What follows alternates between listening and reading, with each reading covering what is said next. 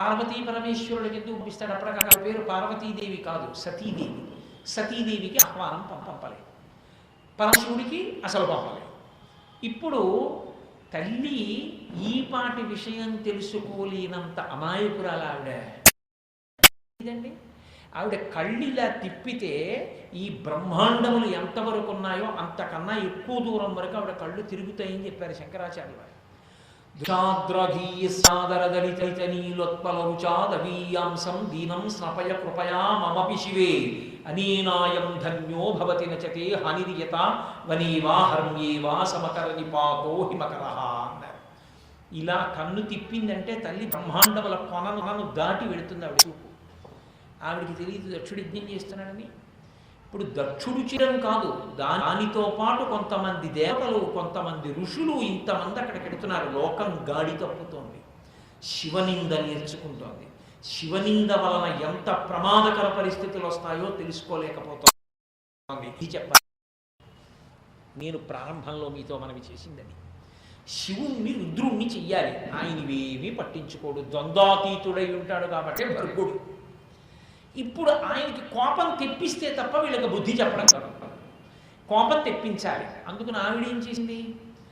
ఏమీ తెలియని దానిలా అంతఃపురం పైకెక్కి నిలబడింది.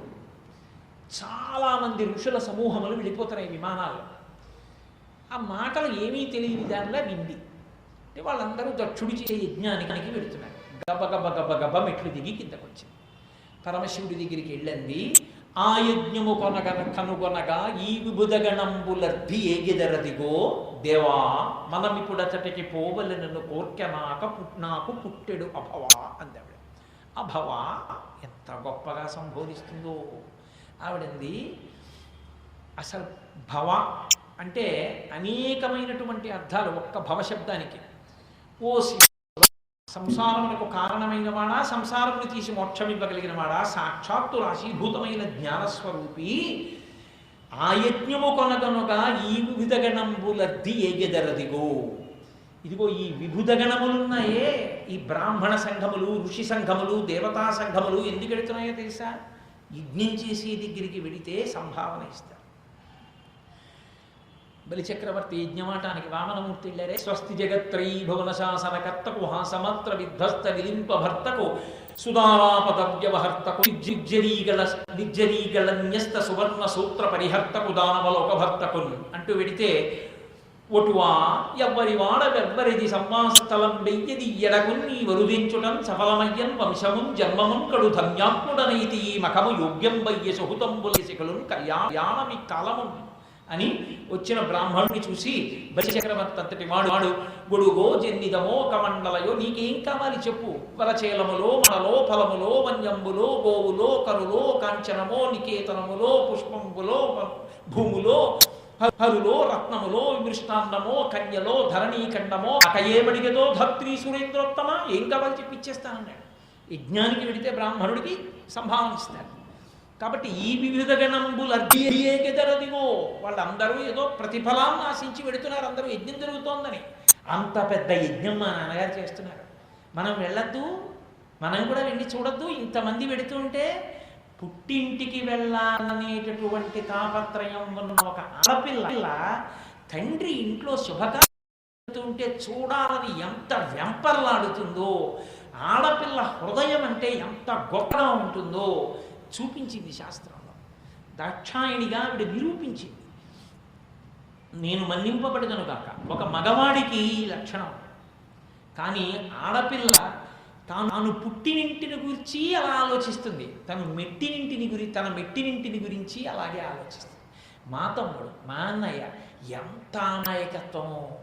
ఆ తమ్ముడికి పెళ్లి జరుగుతుంటే, అన్నయ్యకి పెళ్లి జరుగుతుంటే ఆ వెనకాతల కూర్చుని, ఆ వెనకాతల నుంచుని బొగ్గన చుక్క పెట్టి, పసిపిల్లాడు ఏడుస్తున్నా ఆవిడికి పాలిచ్చి పడుకోబెట్టి ఎవరికో ఇచ్చి అలా అన్నయ్య వెనకాతలే నించుంటుంది.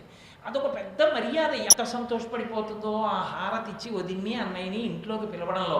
ఆడపిల్లే. అందుకే పురగారు దశమస్కంధం చేస్తూ ఆడపిల్ల ఇంటికి వస్తే కనీసం నువ్వు ఇవ్వగలిగావా, చీర పెట్టు, పసుపు కుంకం ఇయ్యి. కనీసం నీకు అది చేత కాకపోతే మధుర మంజుల భాషలను ఆదరించుటో అన్నారు. మంచి మాట అన్నా మాట్లాడరా అక్క చెల్లెలతో, అక్క చెల్లెల మీద విసుక్కోకు, దోషం రా అన్నారు. కాబట్టి మహాతల్లి అంత ఆప్యాయంగా అడిగింది శివుడి దగ్గరికి వెళ్ళి, ఈ వివిధ గణంబులద్దీగెదరదిగో దేవా మనమిపుడచటికి చూడవలెనను కోర్కె నాకు పుట్టెడు నభవా. నేను వెడతాను అంత ఆడపిల్ల, ఏమండి ఇద్దరం పెడదామండి అంటుంది ముందు. అబ్బే లీవు లేదు అది ఇది అన్నాడు అనుకోండి, చాలాసేపు గునుస్తుంది.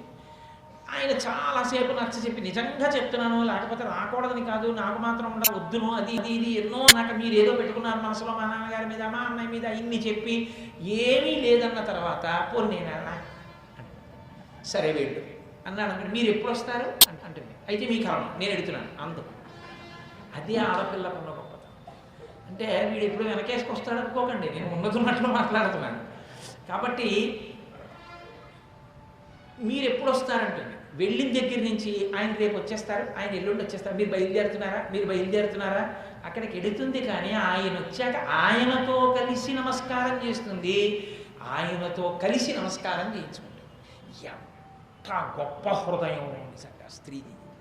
కాబట్టి దేవా మనమిపుడచటికి పోవలెనను కోర్కె నాకు పుట్టెడు అభవా. మన ఇద్దరం కలిసి వెళ్ళాలని నాకు కోరిక పుట్టింది.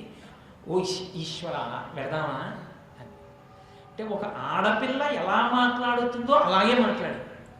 అయితే శంకరుడు అన్నాడు, పార్వతీ వద్దును, నాకు ఏమీ అటువంటి భేషజాలు లేవు, కానీ ఒక్క ఇబ్బంది ఉంది, నీకు ఎప్పుడూ చెప్పలేదు. ఒకప్పుడు ఒక యజ్ఞవాటమునకు వెళ్ళినప్పుడు మీ నాన్నగారు నా మీద చాలా కోప్పడ్డాడు. కోప్పడి చాలా నింద చేశాడు, నేను పట్టించుకోలేదు. ఇప్పుడు ఈ యాగం ఎందుకు చేస్తున్నాడో తెలుసా? నన్ను అవమానించడానికి. నన్ను అవమానించడానికి చేస్తున్న యాగానికి నేను వస్తే నన్ను సత్కరిస్తాడా?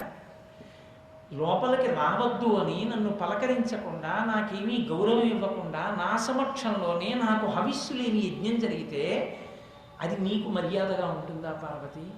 అందుకని నేను రావట్లేదు, నువ్వు నన్ను అర్థం చేసుకో అన్నాడు. అంటే ఆవిడంది కాదు, మనం విడితే మారతారేమో, కాబట్టి వెళదాం అని ఒక ఆడపిల్ల ఎలా మాట్లాడిందో అలాగే మాట్లాడుతోంది. ఆయన అన్నాడు, ఒక్కటే అవమానము అన్న మాటకు అర్థం ఏమిటో తెలుసా? మీ నాన్న కొత్తగా ఏమీ చెయ్యక్కర్లేదు.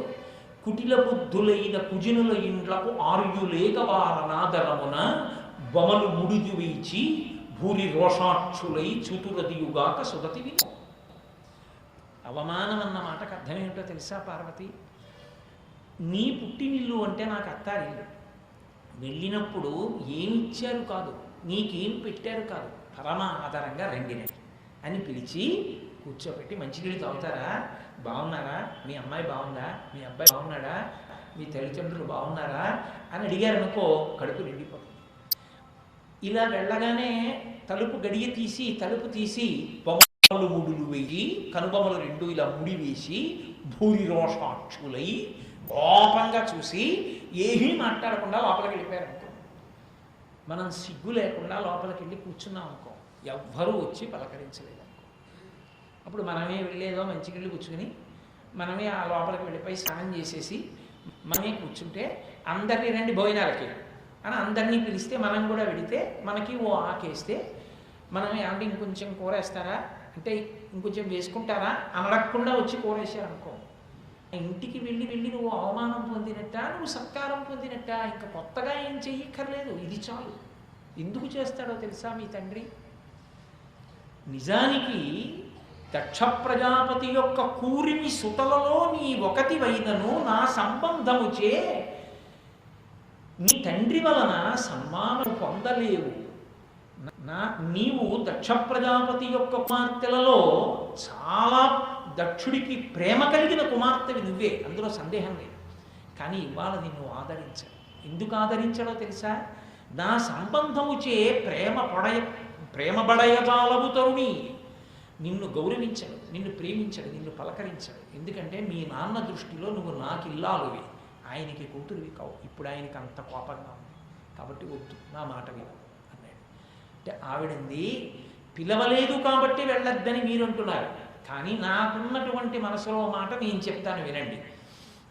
ఆయజ్ఞము కనుగొనగా నా అనుజలు భక్తి వారి ప్రాణనాథులతోడం ఒత్తురు, మనమున్ పోయిన వారిని అచట నేను చూడగలను. ఆడపిల్ల ఎంత మార్దవంగా ఎంత అమాయకంగా మాట్లాడుతుందో అలాగే మాట్లాడింది. ఏమండి, మా నాన్నగారికి అంతమంది ఆడపిల్లలు, నన్ను మీరు చేసుకున్నారు, నాకు అక్క చెల్లెళ్ళని చూడాలని ఉంటుందిగా, అన్నదమ్ముల్ని చూడాలని ఉంటుందిగా, ఎన్నాళ్ళైందో చూసి. అందరిళ్ళకి వెళ్ళడానికి ఖాళీ ఉంటుందా? ఉండదు. ఎందుకు ఉండదు? ఒక్కటే కారణం, ఈయన చేసే ఉద్యోగం ఏమిటి అంటారేమో. పరమశివుడికి ఉన్నటువంటి గొప్ప లక్షణం ఏమిటో తెలుసా అండి? ఆ వేళకి భోజనం లేదనుకోండి, ఆ వేళకి పలహారం లేదనుకోండి, ఆయన ఏం అనడం. సతీ పలహారం చేయలేదే అండవు. అలా వెళ్ళి చూసి ఈవిడ ఇవాళ పలహారం చేయలేదని పక్కింటికి వెళ్ళి భవతి భిక్షాంది అంటే చాలదా? అది ఆవిడ పాతివ్రత్యమునకున్న గొప్పతనం. ఇది నేను కాదు, శంకరుడు శివ సౌందర్యహరిలో చెప్పారు. అమ్మా, నీ భర్త నీజిత్వాదైత్యానపహృత శిరస్త్రై కవచిభి నివృత్యై చండాంశస్త్రిపురహరమిమాల్యవిముఖై అన్న శ్లోకంలో నాటకీయంగా ఎంత గొప్ప సన్నివేశాన్ని చూపించారు ఆయన. అందుకని ఆవిడ వేలపట్టును ఆయనకి పెట్టేస్తుంటుంది. ఎందుకంటే ఆయనకి ఏం అలా ఇబ్బంది ఏం లేదు. ముందే ఆవిడ ఏదో పనిలో ఉందని పక్కడికి చెల్లి అన్నం పెడతావా అంటాడు. చాలదా? ఏం చేస్తుంది మా వదిన, వేలపట్టున మీకు అన్నమైనా పెట్టద్దా అని తర్వాత అంటుంది ఆవిడ. అందుకని ఆవిడ చాలా జాగ్రత్తగా ఉంటుంది, ఎక్కడికి వెళ్ళదు. అంత మహాపతివ్రత అమ్మ. అటువంటి తల్లి కనుక మనం ఎక్కడికి వెళతాం? అందరు అక్క చెల్లెళ్ళింటికి. మీకు ఖాళీ ఉండదు. కాబట్టి ఒక్కసారి మా నాన్నగారి ఇంటికి వెళ్ళామనుకోండి, నా అనుజలు భక్తి వారి ప్రాణనాథులతోడం. ఎప్పుడో పెళ్లిలో చూశాను, మా చెల్లెలు మరుదులు వాళ్ళ పిల్లలు మళ్ళీ అందరినీ చూడాలనుంది కదా, మళ్ళీ కలుసుకుంటామా, అందుకని ఒక్కసారి వెళదామండి అంటే. మీరు చూడండి, తండ్రి గారింటికి అమెరికా నుంచి ఆడపిల్ల ఒక అమ్మాయి వస్తుంది అనుకోండి, ఇండియాలో అన్ని ఊళ్ళల్లో ఉన్న పిల్లలు తండ్రి గారింటికి వస్తారు. ఎందుకంటే అది వస్తుందండి, మేము కూడా వెళ్ళి దాంతో ఎన్నాళ్ళ ఎంతో సరదాగా నలుగురం ఓసారి కూర్చొని గడపాలి అంటారు. ఎంత ప్రేమో వాళ్ళకి. కన్యాదానం చేసినా అత్తవారింట్లో ఎంత ప్రేమిస్తారో పుట్టింటి వారిని అంతా ప్రేమిస్తారు. అసలు నిజంగా చాలా ఆశ్చర్యంగా ఉంటుంది. ముక్కు మొహం తెలియని వాడు తాళి కడితే ఎవరికి వెళ్ళిపోతారు, ఆయనే సర్వస్వం అంటారు.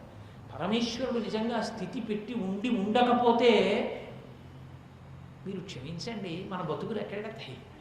కాబట్టి అంత గొప్ప హృదయం స్త్రీది. కాబట్టి ఒక్కసారి వెళ్ళద్దు, ఆ చెల్లెళ్ళందరూ వస్తారు, వెళదామండి.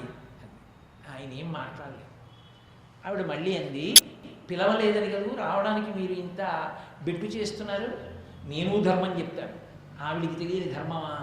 ఆవిడ గురుమండల రూపిణి. ఆవిడ గురుమండలము యొక్క స్వరూపం దక్షిణామూర్తి రూపిణి. ఆ తల్లికి తెలియని విషయం ఏముంటుంది?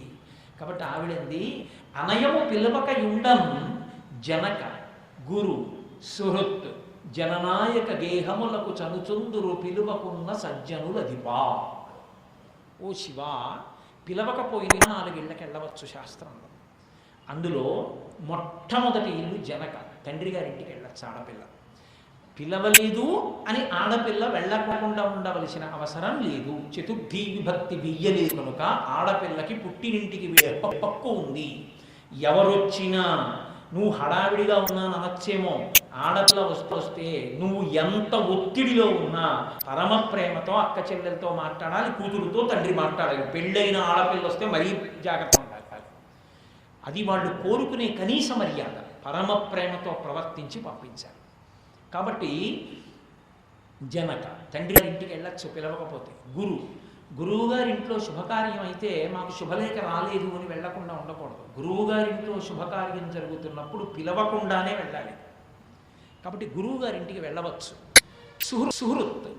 సుహృత్ అంటే మంచి స్నేహితుడు, చాలా గొప్ప సంబంధం ఉన్నవాడు. అటువంటి స్నేహితుడు పిలవకపోయినా వెళ్ళాలి ఆ స్నేహితుడి ఇంటికి. జననాయక, రాజ్యాన్ని లే రాజు. రాజుగారి ఇంట్లో ఉత్సవం జరుగుతుంటే, రాజుగారి ఇంట్లో ఏదైనా కార్యం జరుగుతుంటే వెళ్లకుండా ఉండకూడదు, అందరూ వెళ్ళాలి పిలవకపోయినా. ఈ 4 ఇంటికి వెళ్ళడానికి పిలుపుతో సంబంధం లేదు. కాబట్టి అనయము పిలువక యుండం చన అనుచితమందువేని వెళ్ళకూడదంటావేమో. జనక గురు సుహృత్ జననాయక గేహములకు చనుచుందురు పిలవకున్న సజ్జనులు అధిప. సజ్జనులైన వాళ్ళు పిలవకపోయినా వెడతారయ్యా, కాబట్టి వెళ్ళద్దు అని ఆయన అన్నాడు. ఆవిడ ఇంత పట్టుదల పట్టడానికి కారణం ఏదో నిజంగా పుట్టింటికి వెళ్ళిపోదామని కాదు. ఆవిడ బాధంతా ఏమిటో తెలుసా అండి? భర్త అవమానింపబడుతున్నాడు. సతీదేవి విశ్వాహ భేషజీ, వీళ్ళకి పాఠం చెప్పించాలి. ఈయన ఇలా కూర్చోకూడదు, ఈయన రుద్రుణ్ణి చెయ్యాలి. ఈయన మామూలుగా రుద్రుడు వాళ్ళ అజ్ఞానం అంటాడు. తండ్రి కదూ, ఎంత దెబ్బ కొట్టినా ఎంత బాధ ఉన్నా పైకి తెలియనివ్వడు, నవ్వుతూ సర్దుకుపోతాడు పిల్లల కోసం. అది తండ్రి హృదయం. కానీ ఇలాగే వదిలితే వీళ్ళకి తెలియదు ఆయన గౌరవం. ఆయనకి హవిస్సు లేని యజ్ఞమా, కాబట్టి ఆయన్ని రుద్రుణ్ణి చేయడానికి నేను వెళ్ళాలనుకున్నాడు అని, నేను బయలుదేరుతున్నానండి అని వెళ్ళి బయలుదేరి వెంటనే ప్రమథగణాలను పిలిచి పరమశివుడు అన్నాడు, సతీదేవి ఒక్కతే వెళ్ళడమా? అలాగా వీల్లేదు. వెంటనే ఆమెకి కావలసిన చీనాంబరములు, ఆవిడకి కావలసిన నగలు, అద్దాలు, ఆభరణాలు, అలంకార సామాగ్రి, ఆవిడ ఒంటికి రాసుకునేటటువంటి సమస్తమైనటువంటి ఆ అలంకరణ సామాగ్రి మొదలైనటువంటివన్నీ తీసుకుని బయలుదేరండి అన్నాడు. బోలెడంతమంది ప్రమథగణాలు అమ్మవారు కోసుకోవడానికి అద్దంతో కలిపి పట్టుకుని బయలుదేరారు. అన్నీ పట్టుకున్నారు, వెళ్ళారు. ఆవిడతో పాటే వాళ్ళు వెళ్ళారు. ఆవిడ దక్ష ప్రజాపతి యొక్క ఇంటికి వెళ్ళింది. ఎంతో సంతోషంగా లోపలికి వెళ్ళింది. ఆడపిల్లే కదండి, ఎంత సంతోషంగా వస్తుందో పుట్టింటికి వచ్చినప్పుడు. పిచ్చి తల్లి, నాన్నగారండి ఫోటో మార్చారా, నాన్నగారండి గది పూర్వం ఇక్కడ ఉండేది ఇప్పుడు లేదా అని ఏమిటో ఆ ఇల్లు చూసుకుని ఆ నాన్నగారిని చూసాను, నాన్నగారిని ఎక్కిపోయారు నాన్నగారండి అని ఎంత పొంగిపోతుందో. కాబట్టి ఆవిడ కూడా అంత ప్రేమగానూ వెళ్ళింది. కానీ ఆ వెళ్ళినటువంటి తల్లిని జననియు సోదరులు తక్క దక్షుని సభయందు ఉండువారెవ్వరూ దక్షుని భయము వలన అనయము పలకరింపరైరి మహాత్మ. ఒక్క తల్లి వచ్చి పలకరించింది, ఆమె సోదరులు పలకరించారు తప్ప ఎవ్వరూ మాట్లాడలేదు. సభలో అంతమంది ఉన్నారు, ఆవిడ ఆదిపరాశక్తి అని తెలుసు, ఒక్కడు మాట్లాడాలి. కారణం ఏమిటంటే దక్షుడు ఏమైనా శాపం ఇస్తాడేమో అని భయం. ఇది వాళ్ళు గాడి తప్పిన స్థితి అనడానికి రుజువు. వాళ్ళ బతుకు అలా తయారైంది ఆఖరికి. మీకు ఇటువంటి సందర్భాలు పురాణాల్లో చాలా చోట్ల కనిపిస్తాయి. ఇప్పుడు అవన్నీ నేను స్పృశిస్తే ఇబ్బందిగానండి. అందుకని వాళ్ళు పరదేవతనే పలకరించలేదు. ఆవిడ చూసింది, దక్షుణ్ణి చూసింది. దక్షుడు యాజమాన్యంలో కూర్చుని హవిస్సు ఇస్తున్నాడు. ఓసారి ఇలా చూశాడు, తల తిప్పేసుకున్నాడు. తల్లిగారు అన్నదమ్ములు రామ్మ ఇంట్లోకి అన్నారు. ఆవిడ వచ్చిన కారణం వేరు కదూ, ఆవిడికి ఎక్కడ లేని కోపం వచ్చింది. నా భర్తకి స్థానం లేని యజ్ఞమా, కనీసం నేను వచ్చాను, నా తండ్రికి నన్ను చూసినప్పుడైనా ప్రేమ పొంగద్దు, అనుగ్రహించాను. దాక్షాయణి అన్న పేరుతో కూతురుగా నేను ఆయనకి ఇచ్చిన అనుగ్రహాన్ని తెచ్చుకుని కృతజ్ఞుడు. బ్రహ్మగ్ని చ సురాపే చ చోరే భగ్నం వ్రతే తథా నిష్కృతి విహితా సిద్ధి కృతజ్ఞస్తి నిష్కృతి అంటారు మహర్షి శ్రీరామాయణం కిష్కింధకాండలో. బ్రహ్మహత్య చేసిన వాడికి, కళ్ళు తాగిన వాడికి, శిశుహత్య చేసిన వాడికైనా ప్రాయశ్చిత్తం ఉందేమో, కానీ చేసిన ఉపకారమును మరిచిపోయిన కృతజ్ఞులకు మాత్రం నిష్కృతి లేదు, ఆయనకి మాత్రం పరిహారం లేదు. కాబట్టి నేను కూతురుగా జన్మించి దాక్షాయణి అన్న పేరుతో ఆయనకంత వైభవాన్ని ఇస్తే మరిచిపోయిన కృతజ్ఞుడు ఉంది. తిన్నగా వెళ్ళి దక్ష ప్రజాపతి దగ్గర నిలబడి ప్రశ్న వేసి, ఏమయ్యా నిరీశ్వర యాగం చేస్తున్నావు? పరగచితాస్తి భస్మ నృకపాల జటాధురుండు పరేత భూచెలుండు పిశాచయుక్తుడని శర్వున మంగళుగా తలంపరెవ్వరు ఒక్క నీవు తప్ప. మరి వాక్పతి ముఖ్యులు మహాపు చరణ సరోజ రేణువులన్ సమ్మతి దాల్పరే మస్తకంబులన్. ఎంత తిన్నగాడిందో చూడండి. ఆవిడంది, ఏమిటి పరమశివుడి గురించి వదలుతున్నావు, నీ ఇష్టం వచ్చినట్టు మాట్లాడుతున్నావు అందరితో, ఎవరు అనుకున్నావు శివుడు అంటే? పరగచితాస్థస్మ నృకపాల జటాధరుడు పరేత భూచరుండు పిశాచయుక్తుడని శివున మంగళుగా తలంపరెవ్వరు. ఆయన్ని భర్గుడు అన్నారు, ఇక్కడ ఆవిడ శర్వుడు అంటారు. శర్వ అంటే భూ సంబంధమైన సమస్త ఐశ్వర్యములకు కారణమైనవాడు అని గుర్తు. అందుకే శర్వ అన్న నామం శివుడికి విష్ణువుకి కూడా అన్వయం అవుతుంది. అందుకే విష్ణు సహస్రంలో కూడా శర్వ నామం ఉంటుంది. ఈ భూమిలో పండుతున్న పంట ఉంది కాబట్టి మన శరీరాలు నిలబడ్డాయి. భూమిలో ఉన్న పెట్రోలు, డీజిలు, ఇనుము అన్నీ మనం వాడుకుంటున్నాం కాబట్టి భోగం అనుభవిస్తున్నాం. ఈ సుఖాలన్నీ ఇచ్చేవాడు వాడు శంభుడు. వాడు చేతకాని అంటానే, ఆయన శ్మశానంలో ఉంటాడు, ఆయన పక్కన పిశాచాలు ఉంటాయని చెప్తున్నావు. కానీ ఆయన అలా ఉంచుకుని ఉండి వాటిని నొక్కి పెట్టి ఉంచకపోతే నువ్వు యజ్ఞం చేయగలవా? ఆయన పేరు చెప్పి ఉత్తిష్టంతో భూత పిశాచాః ఏతే భూమిభారకాః ఏతేషాం అయోధైన బ్రహ్మకర్మ సమారభే, మీకు మాకు విరోధం లేదు, కానీ మేము బ్రహ్మకర్మ చేయాలనుకుంటున్నాం, మీరు లేచిపోండి అని నీళ్లు చల్లి అక్షతల వాసన చూసి వెనక్కేసుకుని ఉత్తిష్టంతో భూత పిశాచాః మీరు లేవండి అంటారు, ఇంట్లోంచి లేచి వెళ్ళిపోతున్నాయి అవి. కాబట్టి శివాజ్ఞకి లొంగుతున్నాయి. ఆయన తొక్కి పట్టి ఉంచాడు కాబట్టి లోకం నిలబడుతోంది, లేకపోతే మీ ఎవరు ఏం చేయగలరు వైదిక కార్యాలు. అటువంటి పరమశివుడిని నింద చేస్తావా? ఆయన అంత చేతకాని వాడైతే మరి వాక్పతి ముఖ్యులు ఆ మహాత్ము చరణ సరోజ రేణువులను సమ్మతి దౌపరే మస్తకంబులం. బ్రహ్మగారిని సరస్వతీదేవిని పిలిచావు. మరి ఆ బ్రహ్మగారే 4 తలల మీద ప్రతిరోజు పరమశివుని అరికాలుకున్న ధూళి తీసి 4 కిరీటాల మీద చల్లుకుంటున్నాడు, చల్లుకుని సృష్టి చేస్తున్నాడు. అవలీలాగా 5వ తలకాయని గిల్లేశాడు నా భర్త బ్రహ్మగారికి. అటువంటి వాడు నా భర్త. శంకరాచార్యులు వారు సౌందర్యలహరిలో శ్లోకం చేస్తూ అంటారు, నఖేభ్య సంత్రస్సన్ ప్రథమ మథనాత్ అంధకరిపో అంటారు. ఏదో పిల్లవాడు అలా వెళ్ళిపోతూ ఆడుకుంటూ చిగురుటాకు గిల్లినట్టు గిల్లేడు 5వ తలకాయని. అటువంటి వాడు నా భర్త. బ్రహ్మగారంతటి వాడు ఆయన అరికాలుకున్న ధూళిని తలల మీద చల్లుకుంటున్నాడు. అటువంటి మహానుభావుడు నీకు పనికి రాకుండా పోయాడా? వాక్పతి ముఖ్యులు ఆ మహాత్ము చరణ సరోజ రేణువులను సమ్మతిదౌపరే మస్తకంబులను. ఇంత నేను మాట్లాడుతున్నా నువ్వు శివనింద చేసి ఒక్క పలుకు పలకలేదు. ఏ శివనింద నువ్వు చేశావో అక్కడ నేను ఇక ఉండను. నువ్వు శివనింద చేసి మాట్లాడావు, అటువంటి చోటు నేను. కానీ నువ్వు మారతామేమోనని వచ్చాను, నువ్వు మారలేదు. కాబట్టి నీకు నేను వేసేటటువంటి పెద్ద శిక్ష ఏమిటో తెలుసా? నేను ఈ శరీరంతో ఉండి లోకంలో తిరిగినంతసేపు లోకంలో ఉన్న వాళ్ళందరూ ఒక్కటే మాట అంటారు, దాక్షాయణి అని పిలుస్తారు. నా భర్తని నింద చేసిన నీకు కూతురుగా ఇక నేను ఉండను. ఈ శరీరంతో ఉంటే దాక్షాయణి అంటారు. కాబట్టి నరుడు జ్ఞానమునం భుజించిన జుగుప్సంబైన యన్నంబు సయ్యన వెళ్ళించి పవిత్రుడైన గతి దుష్టాత్ముండవై ఆ ఈశ్వరు ఘను నిందించిన నీ తనూభవ అనంగానోర్వ. ఈ శరీరమును విడిచి భాస్వచ్యుద్ధి ప్రాపించదం. నరుడు అన్నం తిన్నాడు, ఏదో చాలా బాగుంది కదా అని పప్పు అన్నం తినేశాడు. తిన్న తర్వాత పప్పు అడుగున గరిటి పెట్టి తీస్తుంటే అందులో చనిపోయిన బల్లి వచ్చింది. అంత రుచిగా ఉన్న పప్పు అని తిన్నాను కదా అని కడుపులో పెట్టుకుంటాడా? నోట్లో వేలు పెట్టి కక్కేస్తాడా? అది కక్కేస్తాడు.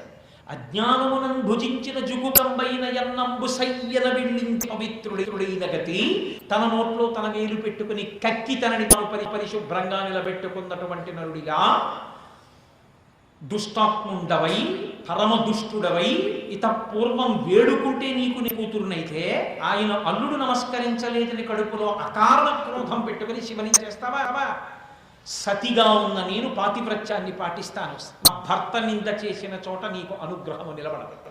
కాబట్టి నీ తనుభవ అనంగానోర్వ హేయభాజనమైన ఈ శరీరమును విడిచి భాస్వచ్యుద్ధి ప్రాపించదా. ఇక నీ కూతురు అని ఈ శరీరంతో నేను లోకంలో తిరగను. అందుకని దాక్షాయిని అన్న పేరుతో పిలవడానికి ఈ శరీరంతో ఉండని. ఇదే నీకు నేను వేసే శిక్ష. ఈ యజ్ఞవాటంలో నీ ఎదురుగుండా శరీరాన్ని విడిచిపెడతా అని మన వాళ్ళు మరణశాసనం అంటారు. చచ్చిపోయే ముందు చెప్పినది ఏదో అది సత్యం. ఇప్పటికీ కూడా అంతే కదండి. ఆయన మరణిస్తుంటే జడ్జి గారు వెళ్ళి తీసుకుంటారు స్టేట్మెంట్. అది ఏది చెప్పారో అది ఇక తిరుగులేదు.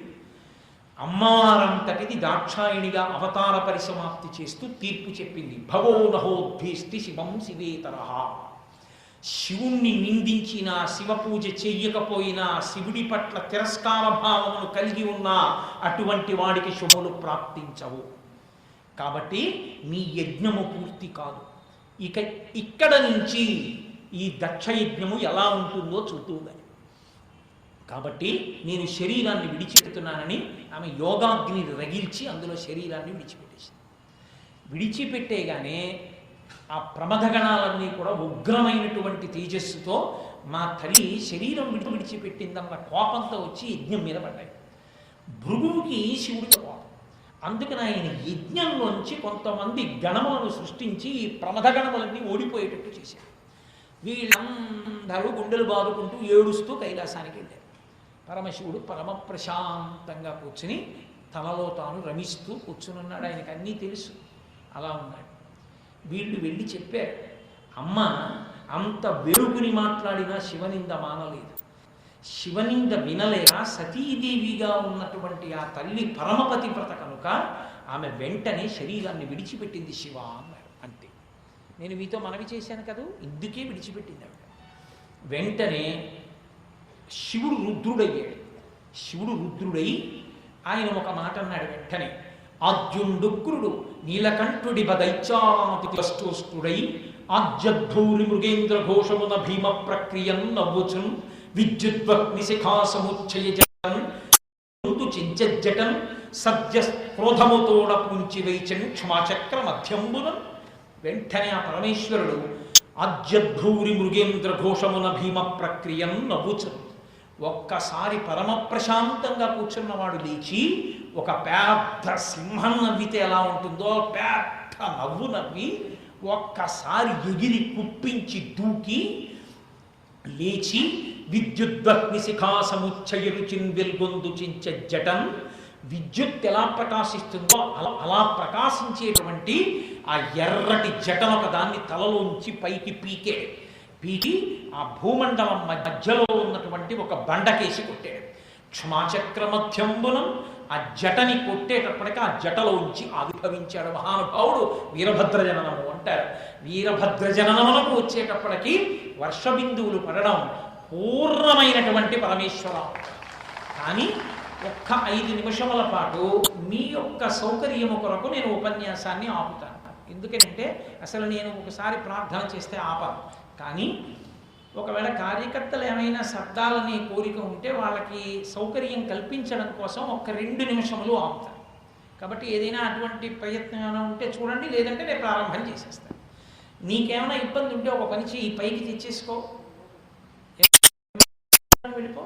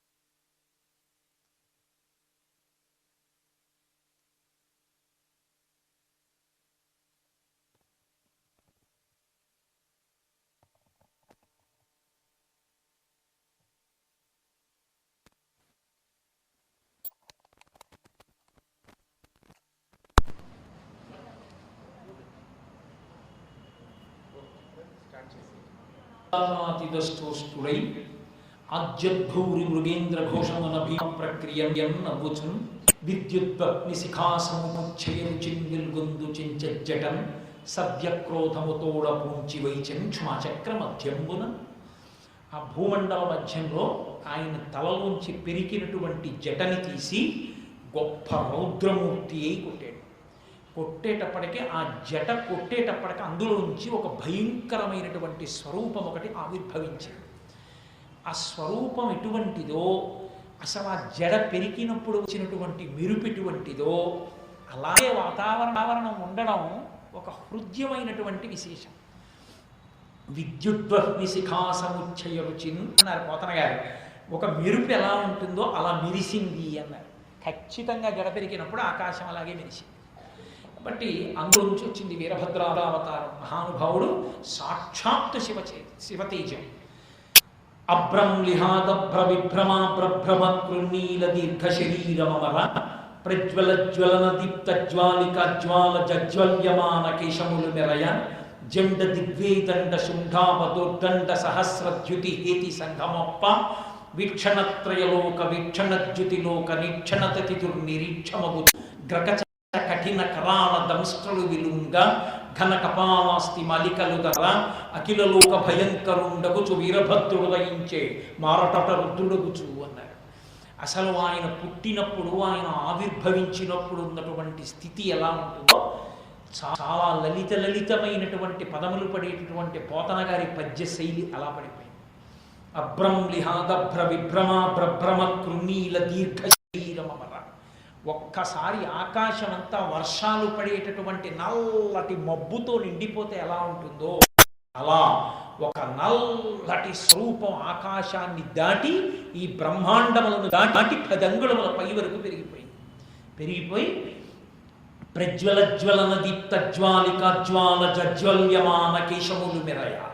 ఆ తల మీద పెద్ద మంట మండుతోందో అన్నట్టుగా శిరోజములన్నీ పైకి లేచి నిలబడి వెలుగుతూ అంత ఎర్రటి కాంతులతో జటలు ప్రకాశిస్తున్నాయి. జండ దిగ్వేదండ శుంఠావదుర్దండ సహస్రద్యుతిహేతి సంఘమొప్ప 1000 బాహువులతో ఆయన ఆవిర్భవించాడు.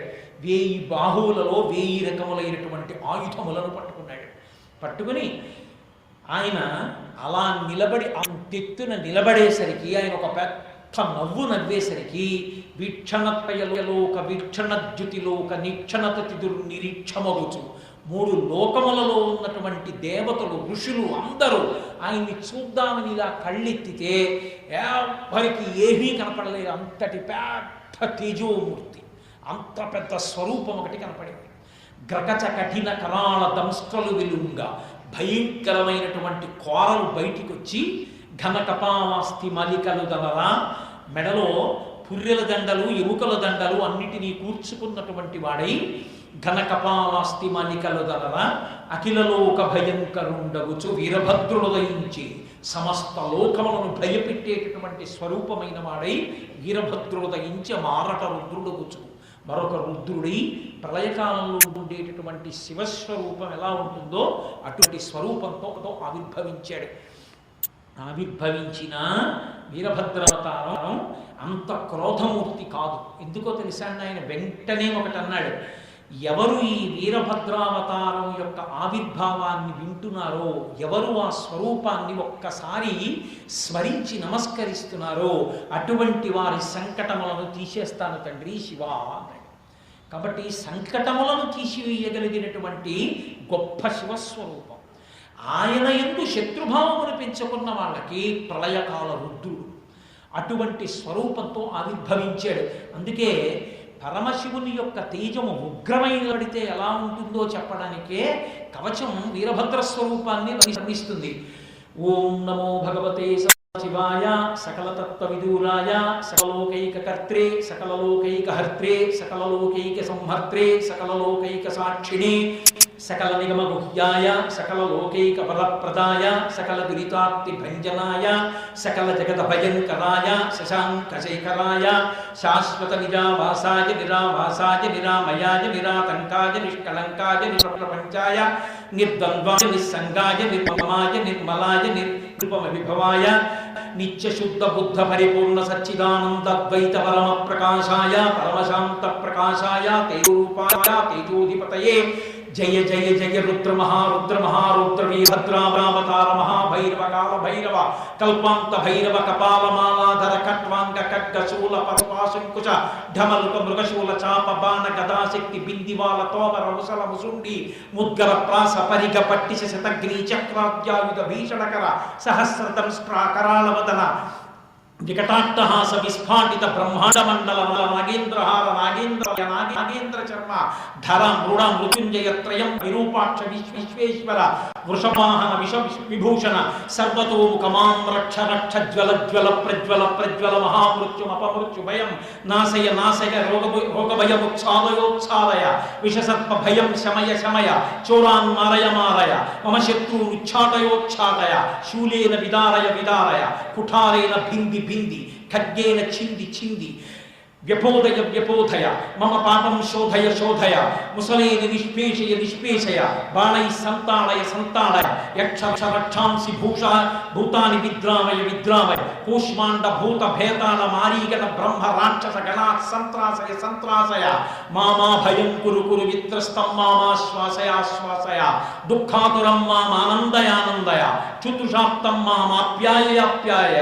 అమృతకటాక్ష వీక్షణేన మామాలోకయ మాం సంజీవయ నరక భయాన్ మాముద్ధరోత్తర శివ కవచేన మామాచ్ఛాదయాచ్ఛాయ త్రయంబక పరమశివ సదాశివ నమస్తే నమః అని వీరభద్రావతారం అంత గొప్పగా శివకవచం కీర్తించింది. అటువంటి స్వరూపంతో 1000 బాహువులతో 1000 ఆయుధములతో ఆవిర్భవించాడు మహానుభావుడు. ఆవిర్భవించి గబగబా పరమశివుడి దగ్గరికి వచ్చాడు. శాంతం పద్మాసనస్థం శిశిరమకుటం పంచవక్త్రం త్రినేత్రం శూలం వజ్రం చ ఖడ్గం వరదమ భయదం దట్టవాగేవ అన్నట్లుగా నిలబడినటువంటి ఆ పరమశివుడికి ప్రదక్షిణం చేశాడు. ప్రదక్షిణం చేసి ముదమాల ప్రదక్షిణమాచరించి వీడ్కొని అనివార్య వేగమున కదలంగా భూమిని త్రక్క తలం జలధ్వనుల నూపురముల్ పదంబులం మ్రోయగా భీషణ ప్రభల్తనల కృతాంతకాంతక శితస్ఫుట శ్వము పట్టి చరం. తండ్రి ఏమి ఆజ్ఞ చెప్పండని ప్రదక్షిణం చేసి ఆయన పాదములు పట్టి నమస్కరించాడు. ఒరే దక్ష ప్రజాపతి నిరీశ్వర యాగం చేస్తున్నాడు. ఎంత చెప్పినా వినలేదు. మీ తల్లి జగదంబ శరీరాన్ని విడిచిపెట్టింది యోగాగ్నిలో. అయినా మారకుండా శివనింద చేస్తూ యజ్ఞం చేస్తున్నాడు. యజ్ఞం ధ్వంసం చేయి. అమృత భాండమే నీకు ఇచ్చినా స్వీకరించవద్దు. ఎవరెవరు ఆ యజ్ఞానికి వెళ్ళారో వాళ్ళందరినీ కూడా బంధించి నా ఆజ్ఞ బయలుదేరాడు అనేటప్పటిక ఆయన పెద్ద అడుగులు తీసి నడుస్తుంటే పదనూపురముల్ మణినూపురముల్ పదంబులం జలధ్వనుల జలం ధ్వనులుస్తుంటే ఆ మహానుభావుడు కాలు తీసి కాలు పెడుతూ నడిచి వెడుతుంటే 10,000 సింహములతో పూంచినటువంటి రథం వచ్చింది. 10,000 సింహములు పూంచిన రథం ఎక్కి బయలుదేరి దక్షవాటానికి వెడుతున్నాడు. ఆయనతో పాటుగా దక్షయజ్ఞాన్ని ధ్వంసం చేయడానికి నవదుర్గలు బయలుదేరారు. వైష్ణవి, ఆ తర్వాత త్వరిత, భద్ర, కాళి, మహాకాళి, కాత్యాయని, ఈశాని, చాముండ, ముండమర్దని వాళ్ళ 9 నవదుర్గలు అంటారు. ఆ నవదుర్గలు కూడా వీరభద్రుడి వెంట బయలుదేరారు. ఆ యజ్ఞాటానికి వెళ్ళారు. యజ్ఞాన్నంతటిని ధ్వంసం చేసేశారు. వీరభద్ర విజయం అని పోతన గారు అద్భుతమైనటువంటి గ్రంథమే రచన చేశారు. అందులో ఆ వచ్చిన వాళ్ళందరినీ సోపరంగా వికలాంగుల్ని చేశారు. సూర్య భగవానుడు ద్వాదశాదిత్యులలో ఒకడైనటువంటి పూషా అనబడే సూర్యుడు అక్కడ కూర్చుని ఉంటే నిరీశ్వర యాగానికి వచ్చి కూర్చున్నావా ద్వాదశాదిత్యులలో ఒకడైన సూర్యుడా అని ఆ నోరు పట్టుకుని ఇలా పెల్లగించి ఆయన నోట్లో ఉన్న పళ్ళన్నీ ఊడదీసేశారు. ఆ బలవంతంగా లాగేస్తే నెత్తురు కారిపోతూ దంతములు లేని నోటితో ఉండిపోయాడు. అందుకే పూష దంతభిదవ్య ద్రోదక్షాహర భగనేత్ర విదవ్యక్త సహస్రాక్ష సహస్రపాత్ అని పేరు. ఆ నోరు పళ్ళు లేని నోటితో ఉంటాడు కాబట్టి పాయసని వేదం ఆయనకి. అలాగే సరస్వతీదేవి అక్కడ కూర్చుంటే ఈశ్వరుడికి హవిస్సు లేని యజ్ఞానికి నీకెందుకమ్మా ఇక్కడికి అని, ఓ చదువుల మారాణి ఇలాంటి యజ్ఞాలకు ఎందుకు వచ్చావని